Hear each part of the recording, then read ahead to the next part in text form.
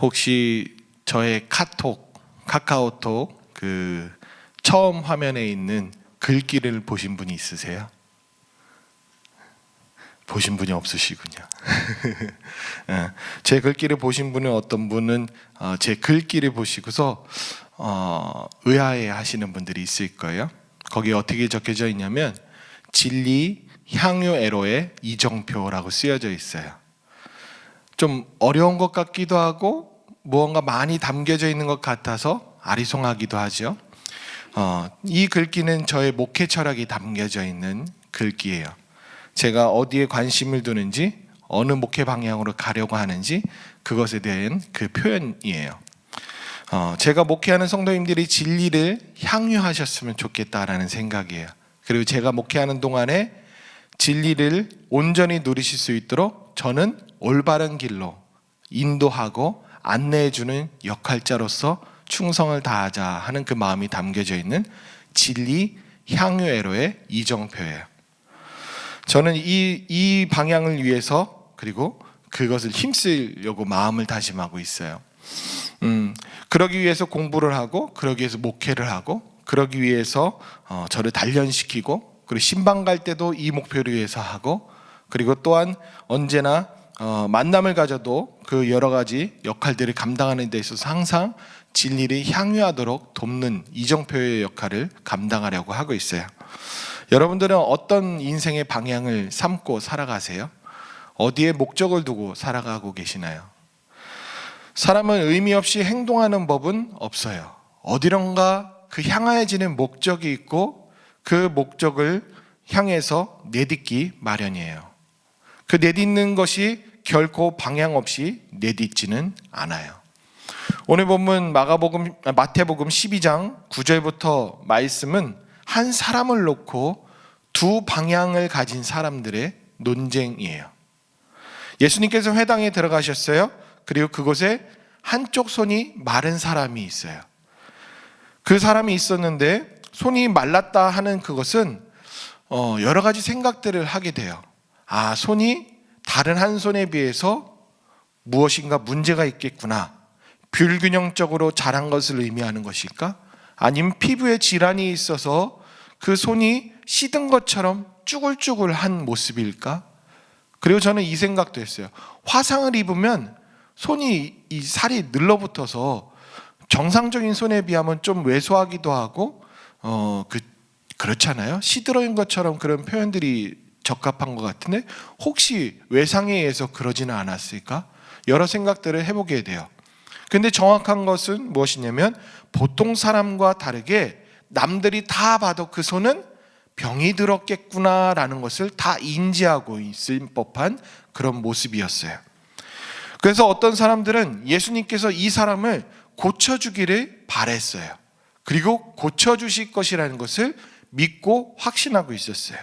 왜냐하면 예수님이 사람의 병을 분명히 고쳐줄 것을 그들은 알고 있었기 때문에. 그런데 이 사람들의 의도가 예수님께서 병을 고쳐 손 마른 자를 낫게 하는 것에만 있으면 좋겠는데 그러지 않아요. 다른 쪽에 마음을 두고 있었어요. 그래서 오늘 보면 10절에서는 이렇게 얘기해요. 사람들이 예수를 고발하려 하여 물었다. 그들의 저희는 여기에 있었어요. 병을 낫게 할 것을 믿고 알았음에도 불구하고 그들이 낫게 하기를 바라는 그 목적은 예수님을 고발하려고 했던 거예요. 저는 이 말씀에서 참 충격적이었어요. 어떻게 병들어 있고 도움이 필요한 그 사람에게 그를 이용해서 다른 방향의 마음을 품을 수 있을까? 이들의 목적이 어디 있는지를 분명히 아니 바라는 기적의 방향도 올바른 곳을 향하지 않고 잘못된 곳을 향하여졌다는 것을 알아서 충격적이지 않을 수가 없어요. 이 사람들은 예수님이 어떤 기적을 펼치실지 이미 의심치 않고 믿었어요. 그리고 이들은 예수님께서 어떤 분이신지를 분명히 알았었죠. 8절에 보시면 인자는 안식일의 주인이니라 하는 그 예수님의 말씀을 분명히 들었던 자들이에요. 그 앞서 그 말씀을 하셨기 때문에. 그리고 이 말의 의미는 무엇일까요? 유대인들에게는 안식이라는 것, 그 안식이라는 그 주인을 하나님, 여호와 하나님밖에 없다라고 인식을 하고 있었는데 예수님이 파격적인 얘기를 하신 거예요.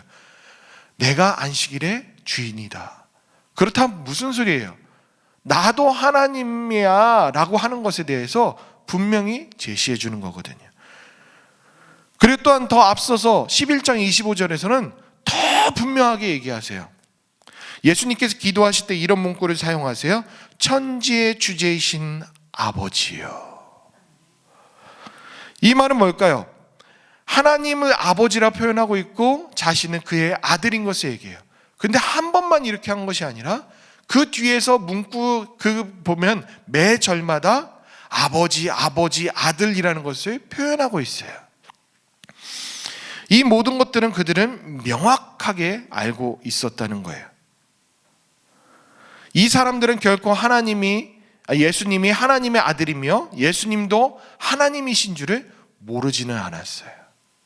그리고 병을 고치실 것도 알았고요. 기적을 베푸실 것도 알았고요. 그의 가르침이 얼마나 권위 있는지도 그들은 다 인지하고 있었어요. 그런데 그들이 바라는 것은 그 예수님을 향하여 지고 예수님께 관심을 두고 그가 메시아임을 믿고 그를 따르는 것이 아니라 어떻게 하면 저 사람을 잡아 죽일까? 어떻게 하면 저 사람을 걸려 넘어지게 할까? 그런 마음을 품고 있었다는 거예요. 생각해 보세요. 참 이 사람들 어리석지 않아요? 무식해서 이럴 수 있겠구나 생각 들지 않아요? 그런데 이 사람들이 누구냐면 바리새인들이었어요. 바리새인이라 하면 종교의 엘리트 집단이에요.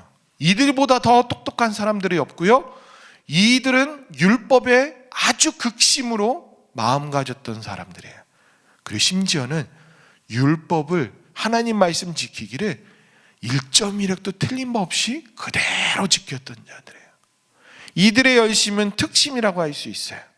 하나님 말씀을 철저히 지킴은 물론 하나님을 위하기에 앞서서 둘째라면 서러울 정도로 가장 최고의 그런 노력들을 행하던 자였어요. 그런데 이들의 관심은 예수님께 없었어요. 예수님께 있죠. 잡아 죽일 생각. 이들의 관심은 약하고 연약한 그들에게, 괴로워서 힘든 그들에게 진심을 다하지 않았어요. 그들의 방향성은 잘못된 곳에 향하고 있었어요. 여러분들의 관심은 어디에 두고 살아가십니까? 이 바리새인 사람들은 종교적 열심이라면 둘째라고 해도 서러워할 정도로 열심이 특심인데, 그리고 또한 오늘 보면 뒤에 보면 이사야 말씀이 그들을 성취된 것을 이들은 목격하고 그것을 깨닫는 그 자리임에도 불구하고 이들은 이들의 신념들, 자기의 앞가림에만 관심을 두고 하나님의 말씀에도 관심을 두지 않는 속내를 그대로 드러내주고 있어요.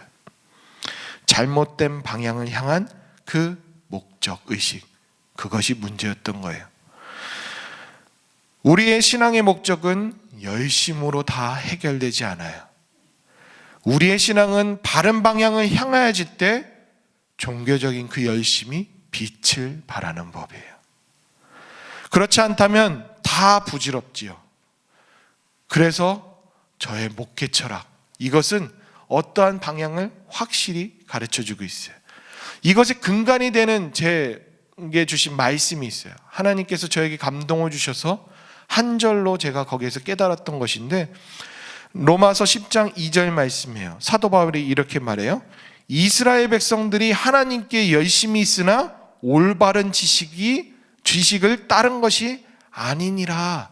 그래서 그들은 구원받지 못했어. 그래서 예수님을 그의 의로 여기지 않았어 라는 그 설명 가운데 한 구절이었어요. 그들은 열심히 있었으나 올바른 지식을 따르지 않았어요. 그들의 모습이 바로 이 바리새인의 모습하고도 같죠. 열심이 중요한 것이 아니라 열심히 향한 그 방향이 중요하다는 것을 얘기해 주고 있어요. 하나님께서 아브라함을 고향과 친척과 아비집에서 그를 이끌어내시죠. 창세기 우리가 읽지는 않았지만 13장에서 그 장면이 나와요. 12장에서 그것을 보여주시고 내가 보여줄 땅, 즉 이미 보여준 땅이 아닌 이제부터 인도할 그 땅을 인도하시겠다라고 얘기하면서 끄집어내요. 그런데 정작 그곳에 도착하니 어떤 상황이 있냐면 젖과 꿀이 흐르는 것처럼 풍요로워야 되는데 기근이 임했어요. 그러니 이 아브라함은 어디에 눈길을 돌렸을까요? 풍요로웠던 애굽을 향했어요. 그래서 그곳으로 내려갔어요. 자기 마음대로. 그러다가 하나님께서는 다시금 불러 13장에 있는 그 이야기 속으로 데리고 오세요. 그러면서 밤하늘을 보여주면서 하나님께서 말씀하세요. 너는 눈을 들어 있는 곳에서 북쪽과 남쪽과 그리고 동쪽과 서쪽을 바라보라.